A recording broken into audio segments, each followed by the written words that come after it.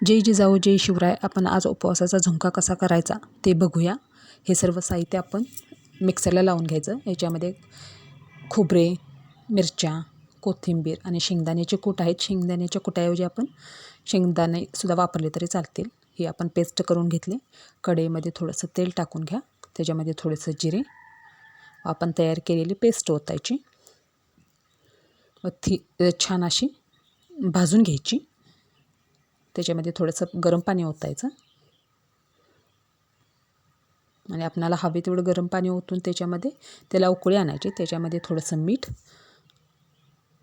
आणि उकडलेला बटाटा टाकला तरीही चालेल. ही आपली छान अशी उपवासाचा झुणका तयार आहे. आवडला की नक्की ट्राय करून बघा. प्लीज लाईक करा, शेअर करा, सबस्क्राईब करा.